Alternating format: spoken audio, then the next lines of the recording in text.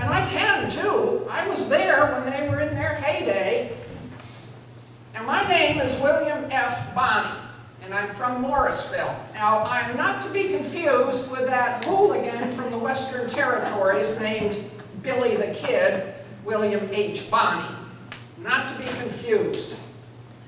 I was elected sheriff in November of 1860 for one term. Oh, but what a term it was. You know, it was bad enough we had the Erie Canal running through Madison County, and all those Irishmen, they'd get drinking and fighting and drinking. I was over there almost all the time, but I did have to worry about one family from Oneida County, and that was the Loomis gang. And I appreciate you asking me to come out tonight. You know, I've been dead for, I don't know, 140 years. I don't get out much. So I appreciate this opportunity to enjoy a fine spring evening over here in the fine town of Fabius. I appreciate that very much. Now, I've got to get to work here to tell you about that gang.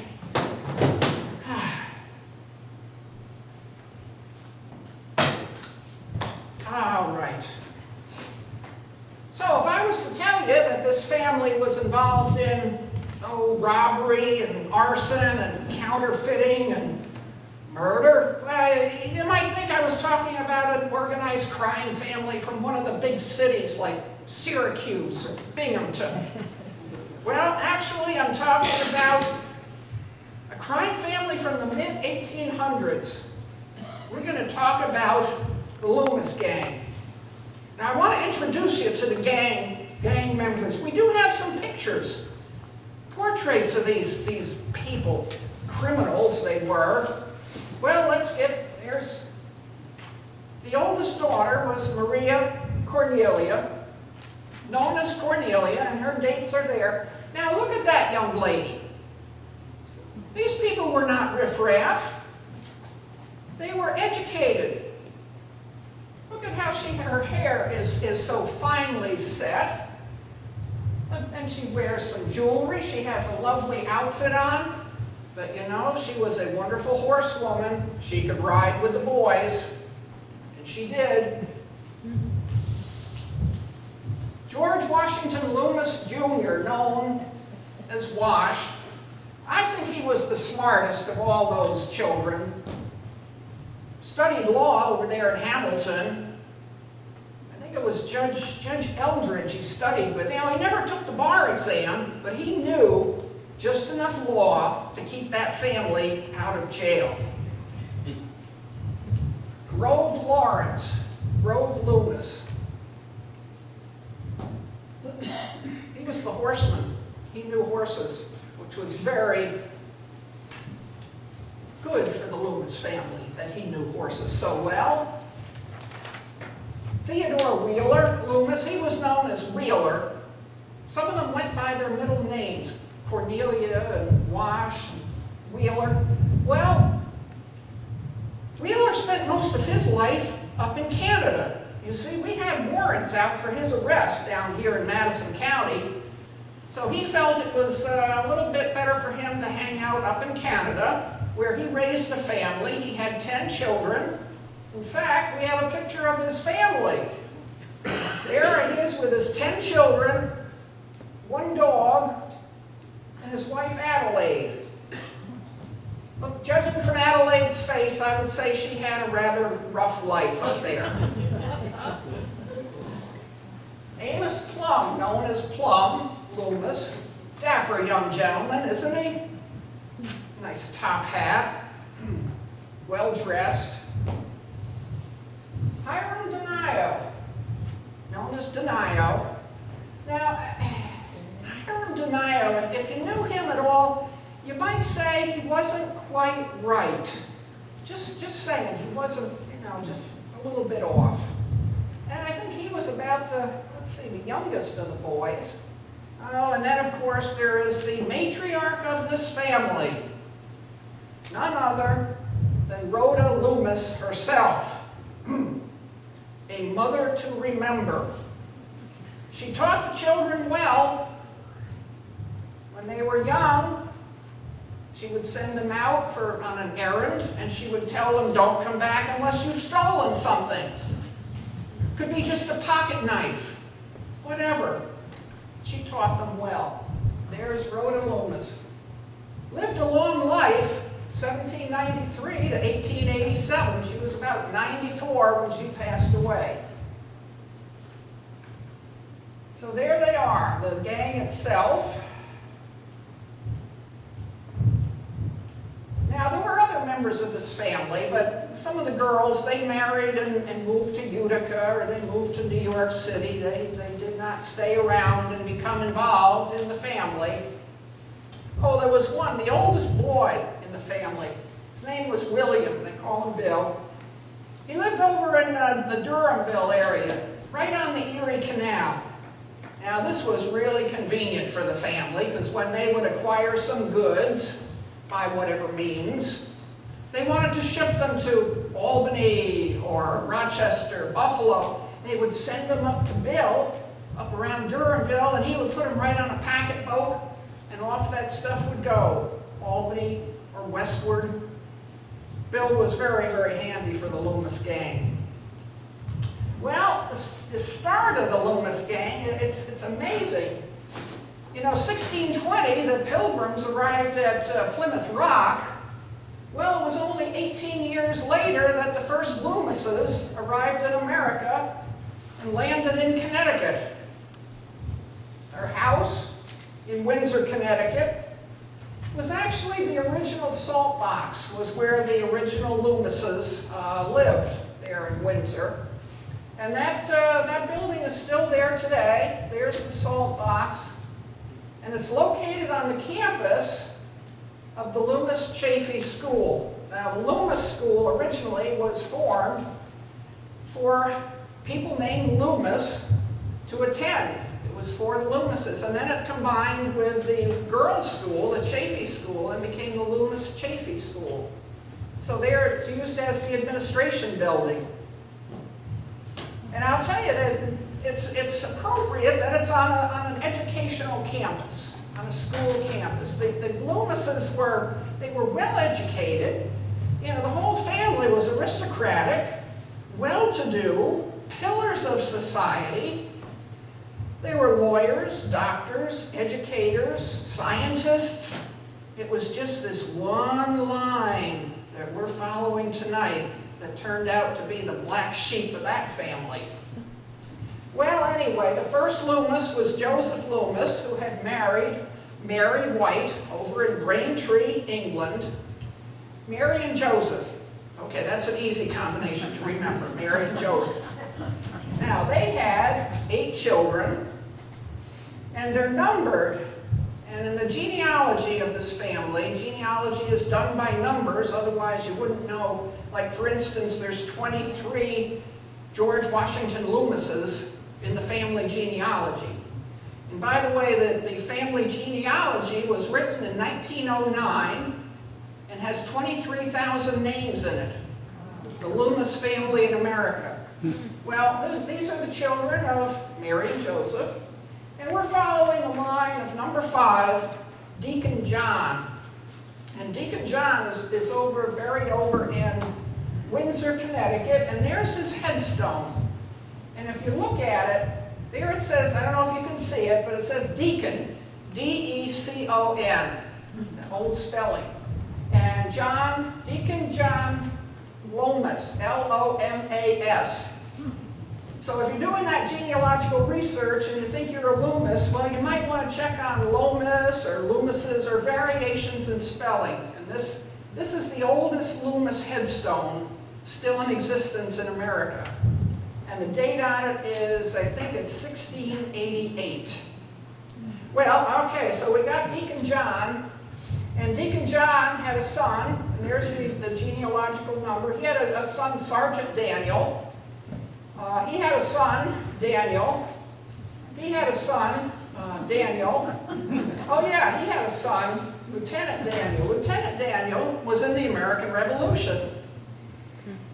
And I always want to bring it up to the daughters of the American Revolution. Doesn't that make Cornelia eligible for the DAR?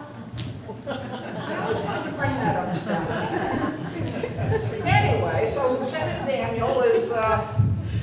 now he married Sarah Crawford. Okay, now he died in 1798 and she died in 1784. And the child we want to follow that they had is George Washington Loomis himself. Born in 1779, named after George Washington, the commander of the Continental Army, as were 22 other George Washington Loomises in the Loomis genealogy. Now George Sr., this is George Washington Sr., died in 1851, but the family lived on. Well, this is how it worked. The Loomises came to Connecticut, settled there. Now, when the parents died, when Lieutenant Daniel finally passed away, his wife had already passed away, well, George was looking for a place to stay, so he went up to Vermont to stay with his older sister, Charlotte. And he was up there, well, till about, what, 18, maybe 18 years old, and already he had shown a predilection to acquiring horses that didn't belong to him. Now, by the time he's 18, he's being chased out of Vermont, one step ahead of that sheriff up there, and he heads west to just south of Utica, to a place called Sangerfield. Now this is at the Cherry Valley Turnpike. I think you folks know it as Route 20. And that road that goes up there goes by the cemetery and heads right into Waterville. Now George came to Sangerfield, and his sister actually lived in this house. His sister had married a Dr. Preston, and he was able to stay with her in this house. And it's kind of funny, there's a little incident, and that lady with the book back there, you showed that Dr. Torrey's book, yeah. Okay, Dr. Torrey came and spoke at a building that used to be there, the Sangerfield Inn. It was around 96 or so.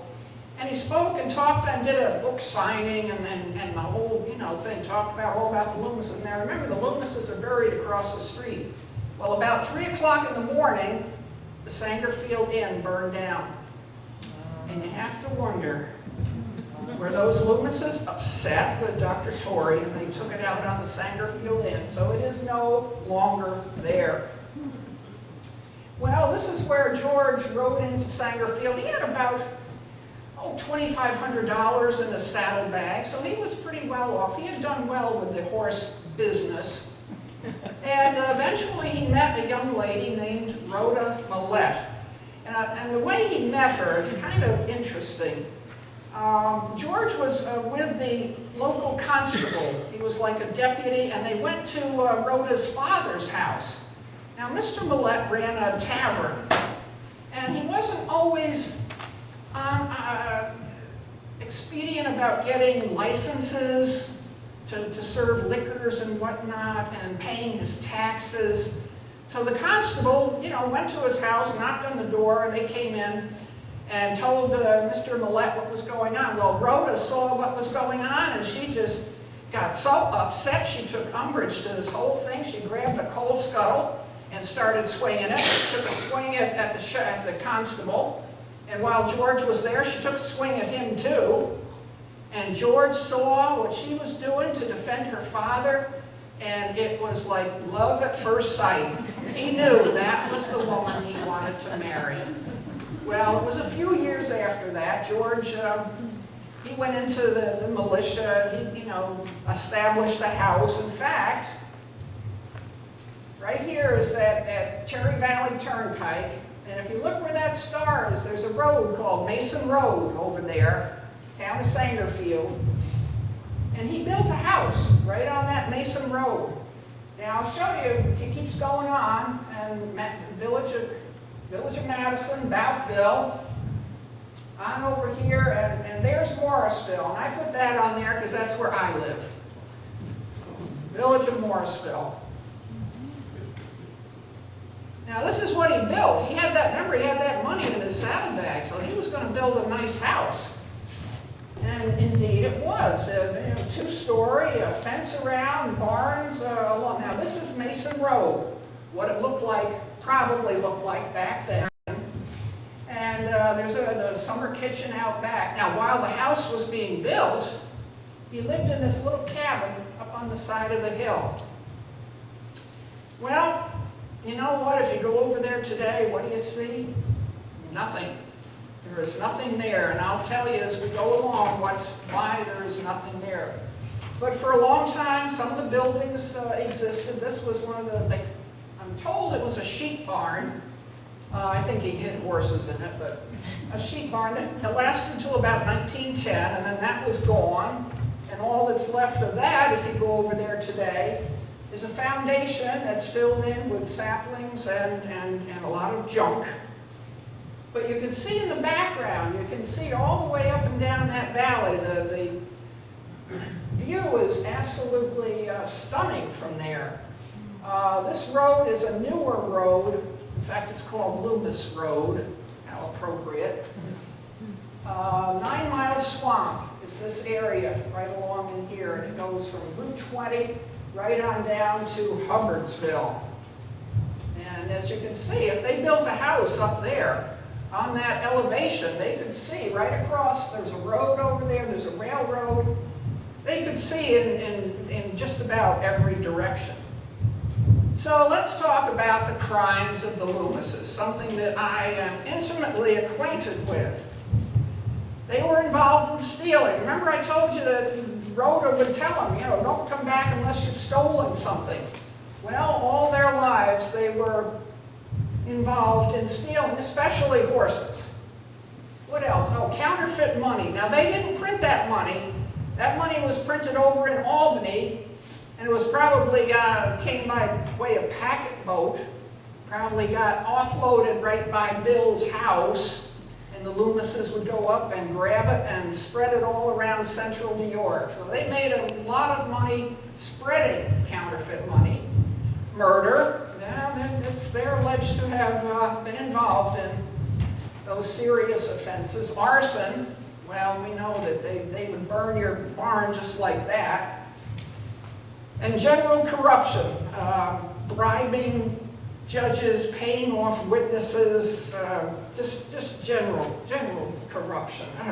It was awful. I had to put up with that. I would go out and I would bring them into the jail in Morrisville, and before I knew it, they'd be out on bail or wash and sweet-talk the judge or whatever, and they would be out. It was a losing battle with those Loomises. Well, anyway, let's talk about horses. That was first on the list. The Civil War was going on, 1861 to 1865. Federal Army needed horses. They needed light horses for cavalry. They needed heavier horses for the artillery, and they got good money for it. They'd pay $160, $170. Now, I think in your money today, that's probably around $1,200 for a horse. Now, if the Loomises had a string of 10 or 15 horses to take to Albany, they would have made a pretty penny, and they probably didn't pay anything to acquire them. I'm just saying. And I'll tell you how they did some of this. I'll let you in on one of their secrets. There's a horse. Now, say this gentleman here, he owns that horse. He knows that horse. It's all black, it's all dark, there's no markings. Well, those Loomises would grab that horse from that guy, and they would take that horse to their place, and they would take a hot baked potato.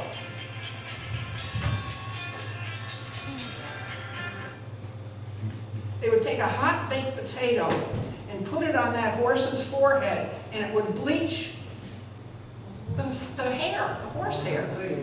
So there he is, he's looking at that horse. Well, that can't be my horse. My horse didn't have a blaze.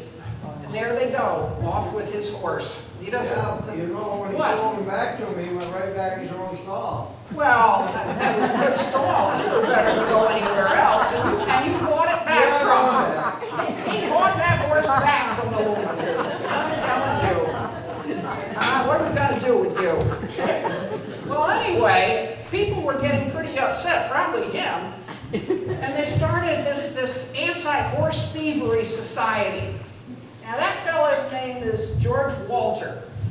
about, I don't know, 60 years ago, wrote a very good anecdotal history of the Loomis gang. And there he is with one of those posters that they put up, the Anti-Horse Thievery Societies. And this one talks about a meeting down in Sherburne. Well, I'll tell you what happened at one of the meetings. They set it up, you know, for a particular night at a particular time. And folks came from all around because they were mad. They were mad, like him, mad about those Loomises, you know, stealing and horses and whatnot. Time came for the meeting, and everybody was there, and all of a sudden the door opens, and who walks in but three of the Loomis boys? They walk in and they plunk down their dues, 25 cents each, and say, "We're with you."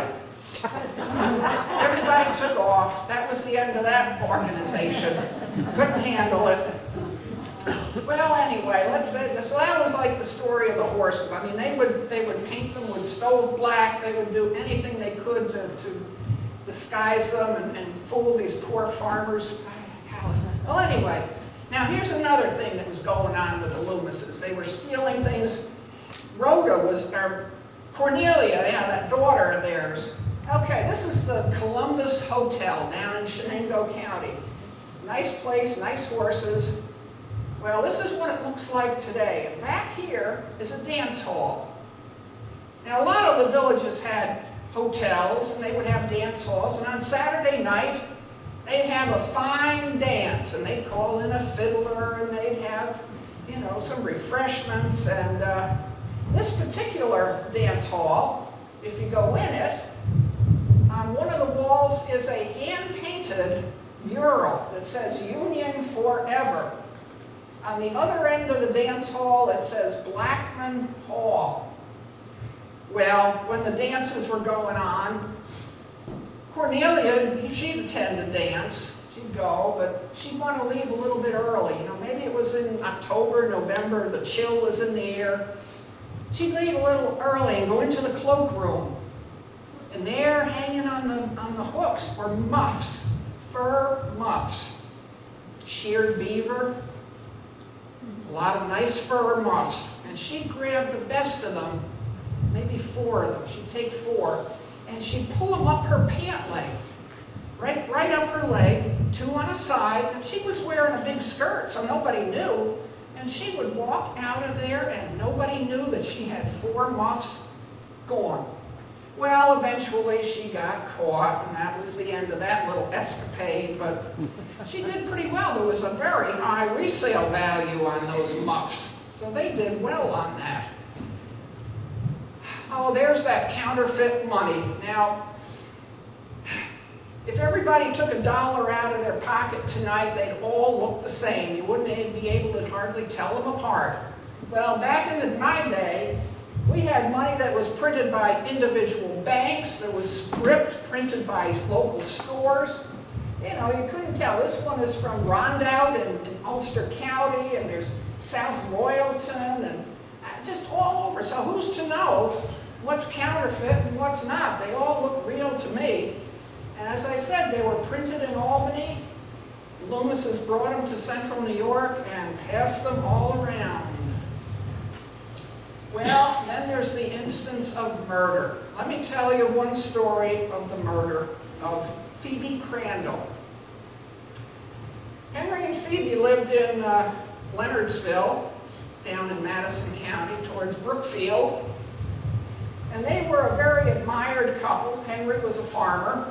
Big, strong man he was.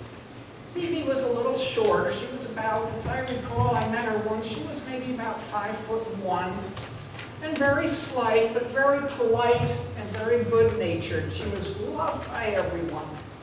And their house down in Leonardsville, very fine house, barns in the back, and Henry did his farming. And in fact, it's the house, well, the actual house is on a foundation that was rebuilt because it burned in the early 1900s.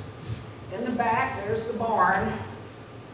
Well, I'll tell you what happened. One night, I think it was in December of 1865, and Phoebe was preparing supper, and Henry was back in the barn. He was doing chores and milking and whatnot. And Phoebe's working in the kitchen. And all of a sudden, 3 men burst in. Now, back then, we didn't lock our doors like you folks do today. You know, our doors were open, and these fellows just burst in, and they knew that Henry didn't believe in banks. Now, he was making some money as a farmer. He was well-to-do, and he had some money, which he kept under his mattress in the bedroom.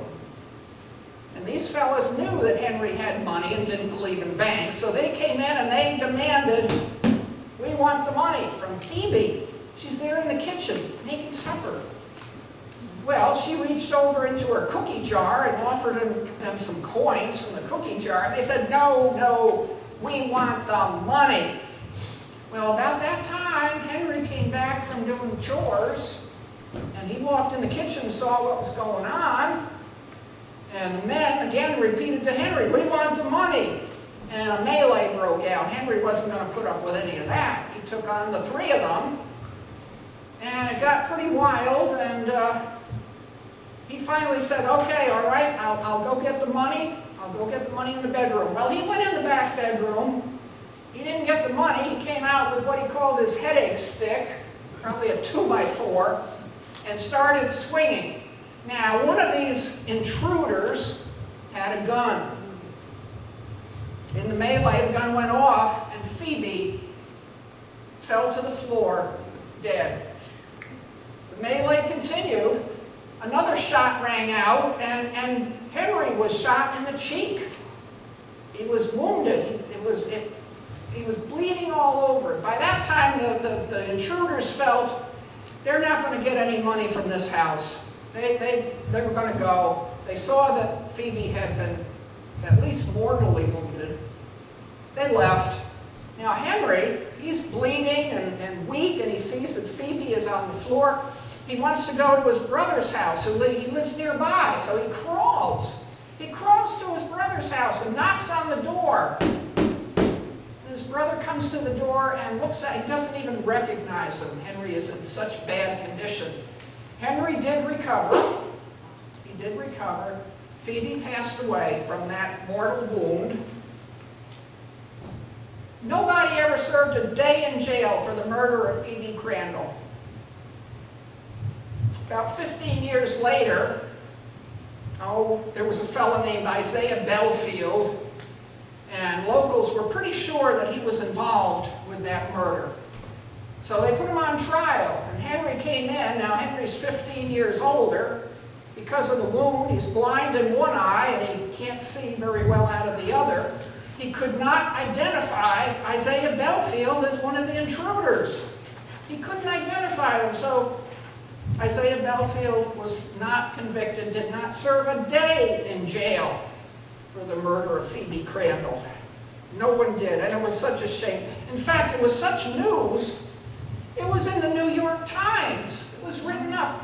Now, they say aged couple murdered in Coontown, Otsego County.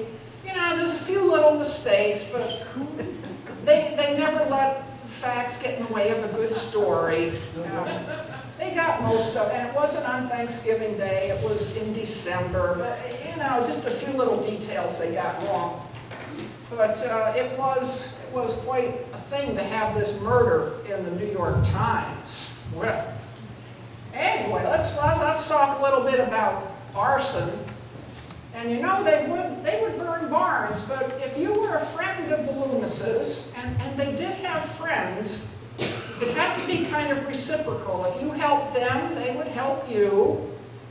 But if you decided you were going to turn them in or be a witness against them, well, the following night you might find your barn burning out in the back, and that would be the end of your testimony.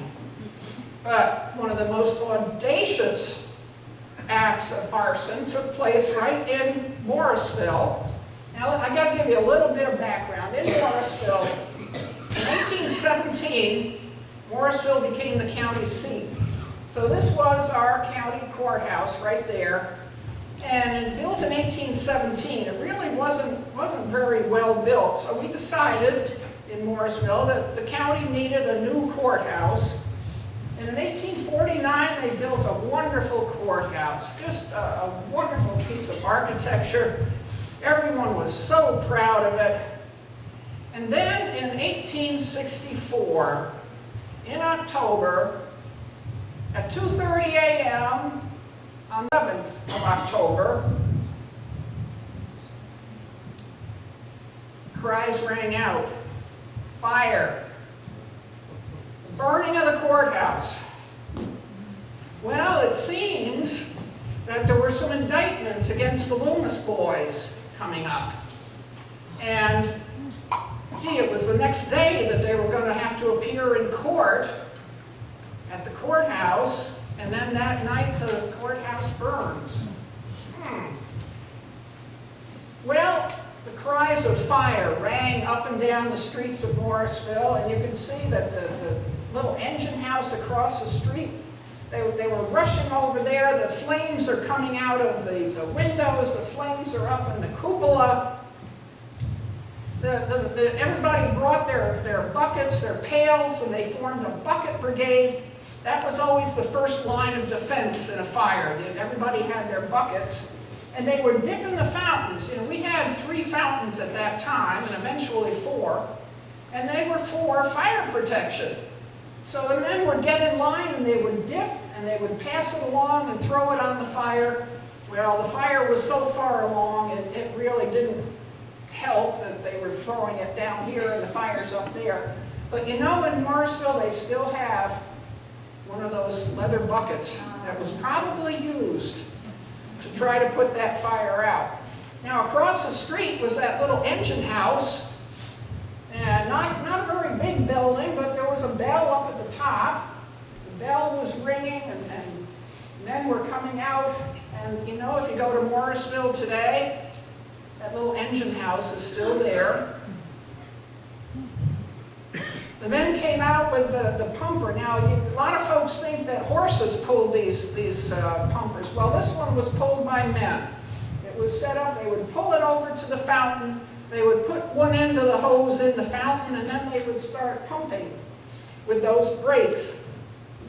And you know what? When they put the hoses in the fountain, you know what they found out? Hoses had been cut. Imagine that, the hoses had been cut. Well, I'll tell you something else Morrisville is very proud of.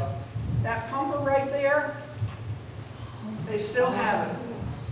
And if you come over to Morrisville and that engine house is open someday, you can go in and you can see. The pumper they pulled across the road to try to put out that fire, and yet the hoses had been cut. Well, it was somebody who had climbed in, broken into the back of the engine house. And there's a tower in the back where they would hang the hoses to dry. And somebody had come along and just cut some slits in that hose. Now, the funny thing is, in that crowd, now this is 3 o'clock in the morning, 3 o'clock, Wash Loomis was seen in that crowd. Well, what was Wash Loomis doing in Morrisville at 3 o'clock? But he said he was there. He would help put the fire out. We think he started it, but we could never prove it. In fact, I offered $1,000 reward for anybody that could be proven to have persons guilty of the commission of the above crime, which was the burning of the courthouse. Now, nobody has ever claimed that $1,000. If any of you have any evidence as to who set that fire, you let me know, and I'll make sure you get that $1,000. There's my name right down at the bottom, Sheriff in Madison County. Well, the courthouse burned to the ground, but out of its ashes, they built a new courthouse. And by the way, there's the clerk's office where the indictments were kept. Those indictments the Loomises thought they were burning up. They were kept over in the building next door. Today, come to Morrisville and you'll see what the folks call it now Madison Hall. And it's part of a school over there. Well, the inside, down here are the lawyers' offices, and up there is the courtroom. And if you go inside, and you get up in the balcony in the back, there's the judge's bench, the witness chair, all the judges from Moore and Madison County up on the wall. Let's see, there's chairs for the jury and spittoons. We couldn't carry on any business without spittoons, you know. Doors on either side and a door in the back. Now what it looks like today, there are the doors on either side. The bench would have been here. The college used it for all kinds of activities related to the college. And today, Madison Hall Association uses it for, weddings and concerts and dances and parties, and the community is really enjoying what came out of the ashes of the Loomis' effort to destroy the indictments. Well, the end of the Loomises, they finally did reach their end. Wasn't soon enough for me, but anyway, in 1864, in October, the courthouse was burned. Now, this was a major financial hit on the county. It was expensive to build a whole new courthouse, but they did. 1865, the Civil War ended. April, May 1865, and the veterans started coming home, arriving home from the fields of battle. And they saw what the Loomises had been doing in their absence. The crime and making money, and none of the Loomises served in the military, at least not in this line. And plus they harbored draft dodgers, deserters, bounty jumpers, all part of their gang, which at one time numbered over 200 people. 200 in the Loomis gang. It stretched all the way from Canada, where Brother Wheeler was, down to Pennsylvania, over to the Finger Lakes, eastward right down the Mohawk Valley. 200 members. Well, the Civil War veterans weren't happy with what had been happening. They had been trying to preserve the Union, and their poor families were at home just trying to keep a roof over their heads. They were not happy. 1865, Wash Loomis was killed. Now, we're not sure the exact date, but we think it was October 31st or November 1st of 1865. And one of the sheriff from over there in Oneida County, he was a pugnacious little fellow named James Filkins. And he had decided he was going to do something about the Loomises. So on that date, 31st or the 1st, he and about 3 other men went over to the Loomis homestead, 3 o'clock in the morning, again, dragged Wash out of bed and beat him to death with a gun. They pistol whipped him to death, and he died. Now, I think I've got... This gun belongs to Roger Mason, who today lives on Mason Road, just adjacent to the Loomis property. The Mason family lived there at the time of the Loomises. And Roger says that this is the gun that was used to pistol whip Wash Loomis. And there's Roger holding the gun. That's my sister next to him.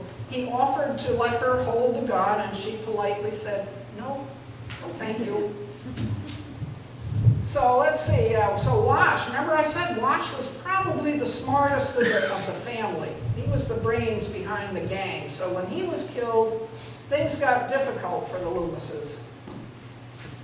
Same time, Phoebe Crandall is murdered. I said, remember, Phoebe was very, very much admired and beloved in the county, and everyone felt so bad for Henry to lose his wife like that.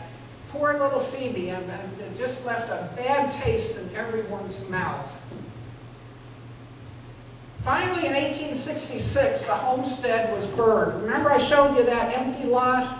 And I said there's nothing there. Well, the homestead was burned. What happened was, all those Civil War veterans came home, so they got a posse together.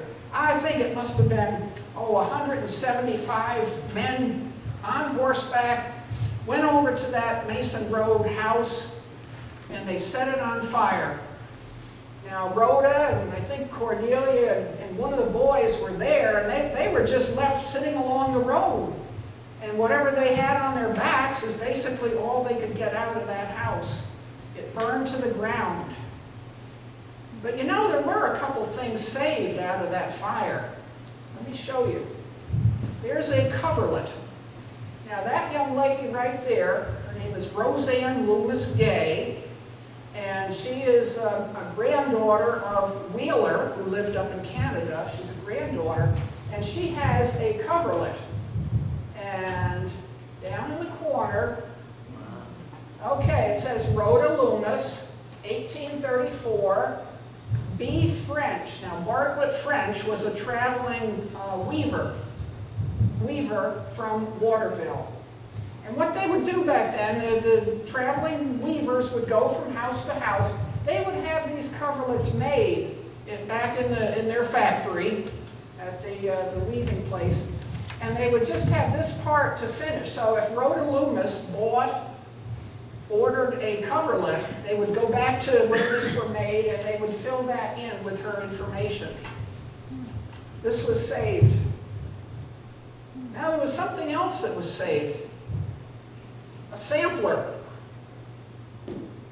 Now back in the day, children learned to sew, and they learned their numbers and their alphabet. But on this, whoops, wrong one.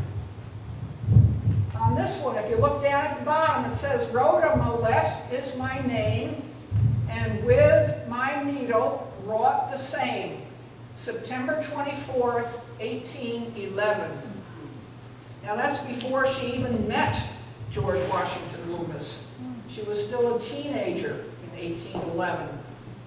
Probably would have been about 17, 18 years old, learning her numbers and her alphabet, learning to sew. There it is, R. Millette. Thread back then wasn't as color fast as you folks have thread today, so apparently somebody tried to wash it and it ran a little bit, but still, what a piece of history that is. So what happened to those Loomises? Oh, boy, I couldn't wait to see them gone.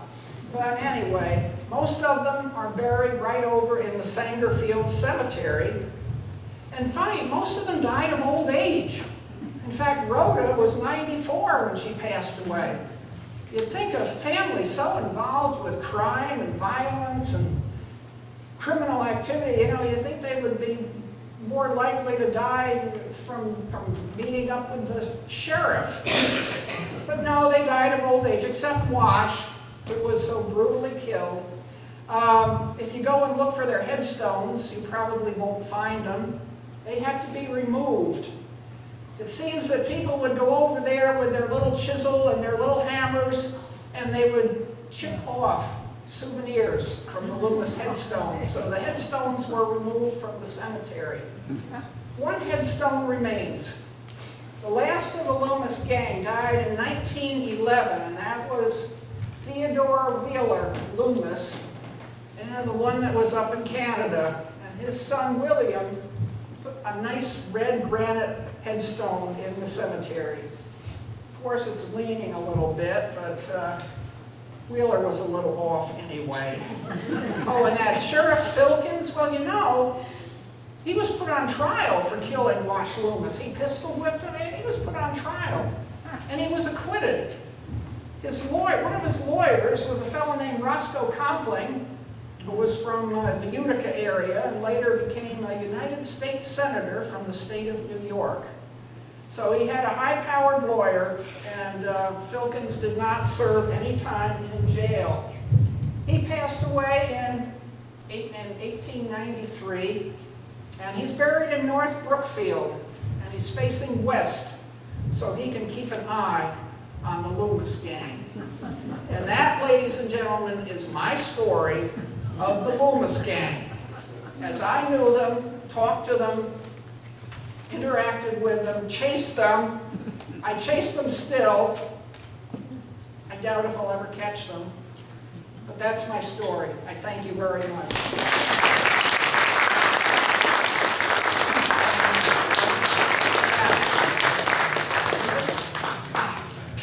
The hat is off, I'm back to me. Whew. And I'll show you one more picture. This one this is gonna get you. Look at that. Have you seen the armored trucks with Loomis on it? Do they know what that Loomis means? Oh my gosh. I couldn't believe when I first saw some of those trucks. Anyway, are there any Loomis descendants in the audience? You know, it's kind of strange. My sister and I, when we would do this program, we would ask. And a lot of times people are hesitant to admit it. In fact, Roseanne Loomis Gay, who had the coverlet, she talked about, when we spoke to her, she talked about as a youngster in school, she had this one teacher, an English teacher, and no matter how well she did on an essay or whatever, the English teacher would always drop her grade a point. If she got an A, she would only have a B. And it was because, the teacher said, it's because she was a Loomis. So there was, there was some animosity toward the Loomises, but there's still a lot of good stories going around. Anybody have any questions about this family? Yes, ma'am. Your picture of the grave of the cemetery there, and you said the tombstones had been removed. Right. Are they saved somewhere? The tombstones that were removed in Sangerfield Cemetery, apparently there's this very old gentleman who is, I guess, the sexton or the caretaker, and he removed them, but he never bothered to tell anybody where he has put them. So, when he passes away, we don't know where those headstones are, and probably they'll never be put back anyway if they were found. No one asks him? I think he's one of those curmudgeonly gentlemen who probably would tell you to mind your own business in so many words. Yeah. Oh, Nancy. What was the statistic of the number of Loomises in the genealogy? In the book, The Loomis Family in America, there are 23,000 names, and it was published in 1909. That's over 100 years ago. Now, can you imagine what the book must, and Dorothy used to carry this book around. The Madison County Historical Society has it. Now it's online. You can go online and find the Loomis genealogy, but it is just a massive book.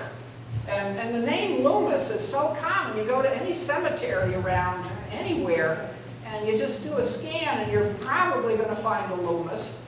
In New York State, there's all kinds of Loomis Avenue, Loomis Street, Loomis Hill, Loomis Brook, Loomises, and in the phone book, I think Dorothy said she found 512 Loomises in New York State, and that's just the listed phone numbers. So they're everywhere. I mean, everywhere you look, there's Loomises. Yes. Do you know if any of them were red-haired? If any of them were red-haired, there's hardly any way to tell because all the pictures were black and white, and most of them looked like they had pretty dark hair. What's the basis of that question? Do you have a redheaded Loomis relative? Yes. She's wondering if she's related. Yes, sir. The property of the Loomises, the old property, is that privately owned now or is it state owned? The property where the homestead was on Mason Road. Now, Dorothy and I have been over there. We went over there, and it is privately owned. We don't care if it's privately owned. We just go on it anyway. We're historians. Yeah, the sheriff can do that, right? So we're looking around, and she actually found a horseshoe. And she's all excited because she thought it was maybe a Loomis horseshoe, on a Loomis horse. There's a roadway that goes up the hill. Up at the top, it's called Loomis Knob. And we actually drove up this winding roadway. And up there were a couple of fellas working in the fields. Somebody had bought it and were working the fields. And it turns out they were somebody from over in the town of Pompey that wound up over on the Loomis property. And I don't know how that ever turned out. They might be back in Pompey by now, I don't know. there's all kinds of legends. I know if there's a superstition, if you go over into 9 Mile Swamp on Halloween, and it's dark, and if you listen carefully, you can hear the hoofbeats of Wash Loomis riding through 9 Mile Swamp. I haven't gotten up courage enough to try it, to go over there yet, but maybe one of these decades I might. You know, there's all kinds of stories, and for a long time the property over there was for sale. And I'm trying to think, you know, what's this real estate agent, how are they going to sell this property that belonged to the Loomis gang? You know, these nest of vipers over there, what's their sales pitch for that? When we talked to those fellows up on the top of the hill, I think they were the ones that had built that driveway to get up there. And in one of the accounts of Plum Loomis being strung up 3 times and, you know, forced to confess, and the 3rd time he was, you know, let down perfectly senseless from this maple tree. Well, a limb of the maple tree has survived and is at the Madison County Historical Society.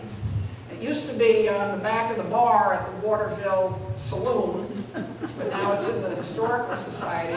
But the fellow up on the hill was saying, oh yeah, there was this maple tree along there. We had the hardest time getting the bulldozer to bulldoze that over. And I'm thinking, you know, that was a piece of history you bulldozed over, you ninny. But, you know, the tree is gone, but at least the log, supposedly the maple log that from which Plum Loomis was hung, survives. So, yes, ma'am. Is there any happy story about a Loomis relative? Or has anyone from the Loomis family come to you and said, wait a minute, my mother did wonderful things? You know. Not about the Loomis gang. I haven't heard anything good about the Loomis gang. The Loomis family. Who was in the Loomis family? Gideon Wells, who was Abraham Lincoln's Secretary of the Navy, was a Loomis. Samuel Colt, of Colt Firearms, he was a Loomis. Ezra Pound's middle name was Loomis, poet. You know, there's a lot of famous, and as I said, doctors, lawyers, educators that did wonderful things. But just this one, in fact, there's the story of one of the boys had a girlfriend who he brought home to the homestead. And evidently, Rhoda did not approve, and there was this terrible accident. A gun that was in the kitchen, a rifle was on the table, and somehow it accidentally went off and killed this young girl, the girlfriend, just accidentally, all by itself, Rhoda said. But Rhoda did not approve, so you can just maybe connect the dots, and you know, that's the way that goes. There were not a lot of children from the Loomis gang. There's a George Washington Loomis in the Stockwell, right across from that Loomis Road that goes across the swamp. There's a cemetery over there. And there's a George Washington Loomis buried in there, and he was the son of either Plum or Amos. But there were not a lot of children. As I say, Rhoda did not approve of any of their friends. She was some mother, I'll tell you. Any other questions? Oh, right here, the guy with the horse. The guy with the horse. Is it true or not that Mrs. Loomis, what was her name? Rhoda. Rhoda. Yeah. See, when she got ran off, she went up towards Adams and Floss and was making her find cheese. Well, okay, when the homestead was burned, remember I said 3 of them were sitting out on the roadside. They were told, you have 3 weeks to get out of town or else, whatever the or else meant. Rhoda and Cornelia did go up to around Hastings and Central Square, and I don't know that they had anything to do with the Colosse cheese. I've never heard any connection there, but I know that they wound up in that area of lucky Oswego County. They get Rhoda and Cornelia, Denio. Well, a couple of the boys kind of hung around the area over there, Hubbardsville, Sangerfield, but that was it. They laid low pretty much for the rest of their lives. The Loomis gang was, for all intents and purposes, finished in in 1866 when the homestead was burned and the family scattered. That was it for the Loomises. Any other questions? There's a question Yes, over there. ma'am. What's the name of Loomis, the middle name was Gay? Oh, the name of that lady that had the coverlet was Roseanne Loomis Gay. She was Roseanne Loomis and married a gentleman named Gay. She became a school teacher. She was a very bright individual. She was like 93 when that picture was taken of her, and she died a few years later. But she was the one that let me take photographs of the portraits of the Loomises. Now, when she died, I'm hoping all that material went to the Waterville Historical Society. They have a very nice Loomis collection over there in Waterville. So I'm hoping they got all that material, because it is priceless. The one of Rhoda is actually a tintype, the old-fashioned tintype. That's why it was so scratched. Yes, sir, in the back. Oh, yes, ma'am, in the back. Any of them spend any time in jail actually, or? Did any of them ever spend any time in jail? They may have spent maybe overnight a couple of times, but Wash was good. He should have taken the bar. He could have been an excellent lawyer. And it's that way with the whole family. They were all talented, educated. Cornelia went to a public school up in Whitesboro. You know, a girl went to school and could read and write, and she actually even played the piano. She actually taught school for a little while. I can't imagine what she taught them, but she taught school. I mean, like I say, they were not riffraff. There's a group that portrays the Loomis gang, and they go around to different events, you know, in the summertime, and they come out shooting like it's the Old West. And they have Rhoda dressed in like a calico skirt and a straw hat and a corncob pipe. Rhoda would not be caught dead in such an outfit.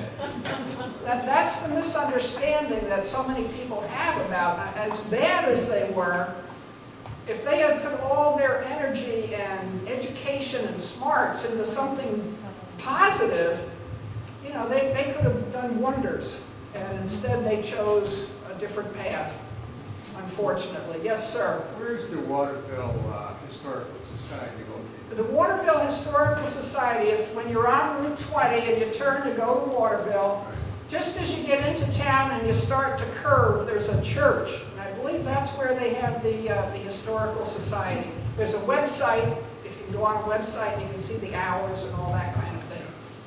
A few years ago, they made a film called The Loomis Gang. Now, Joe, and I can't remember her husband's name, the Falks over there, they kind of run the Historical Society. They had a son, Brian Falk, who was a movie producer down in New York City, and he wanted to do something on the Loomises.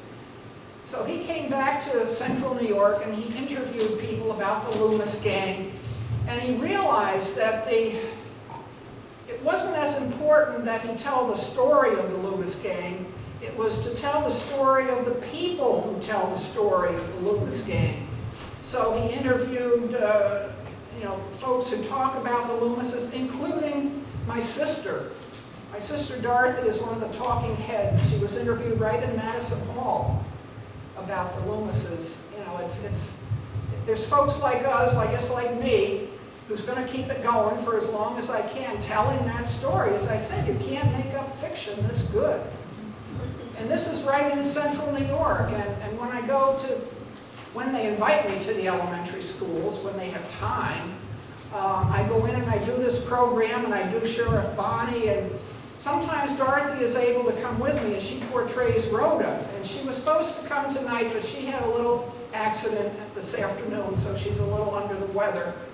But she would have been Rhoda, and we would have been up here talking to each other as if, you know, it's 1860 and we're chatting. And the kids eat this stuff up. You know, if you do it right, they personalize it. In fact, at the end of the little skit that we do, I pull out my watch and I say, the hour grows late, and she admires my watch, and you know, I'm talking, and she said, oh, can I see your watch? Oh, certainly, you can look at my watch. And the kids are all watching this, you know. And she looks at it, and all of a sudden she opens her purse. I'm talking away. She opens her purse and drops the watch in.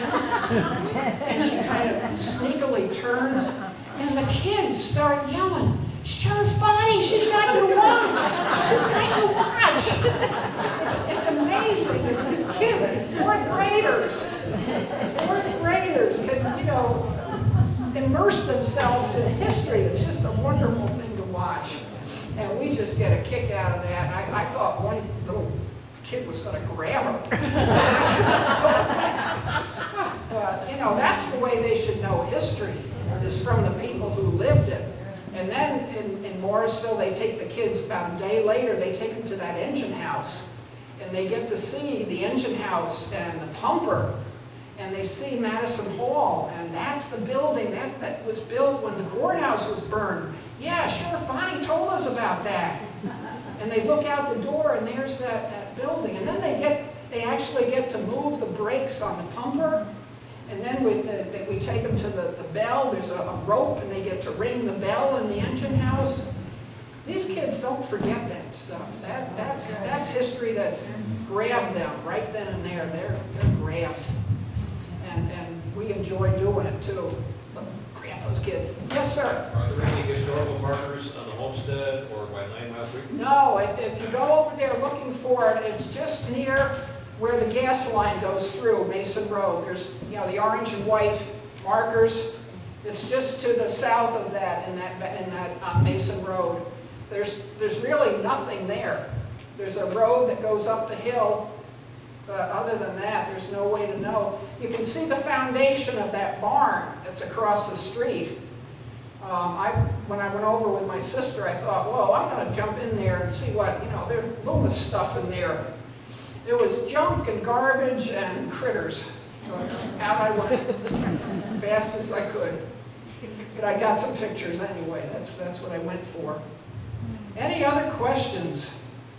I'm telling you, yes, ma'am. There is a William Harrison Loomis buried in my family plot at Sylvan Lawn in Green.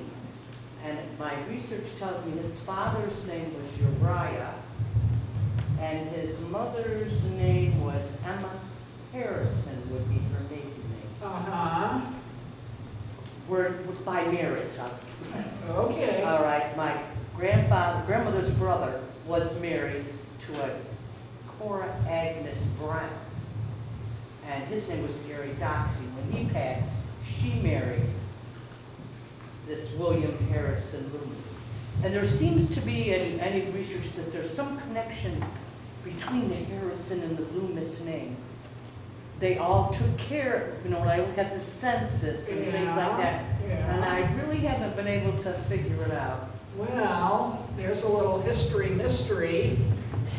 Needs further research. I haven't come across the Harrison name in anything that I've read. Maybe it's my imagination. Well, what you got to do is get into that Loomis, you know, genealogy and see who's around that individual. It's the same Waterville area that some of the family was from. It's just such a daunting task. Oh yeah, genealogy is not easy. I leave our family history to my sister. I just do real history. She does family history. I think the word genealogy is French for can of worms. That's my opinion. So, well, with that, I am exhausted. I'm tired. I've been talking too long, huh, Chuck? Oh, thank you so much. You are welcome.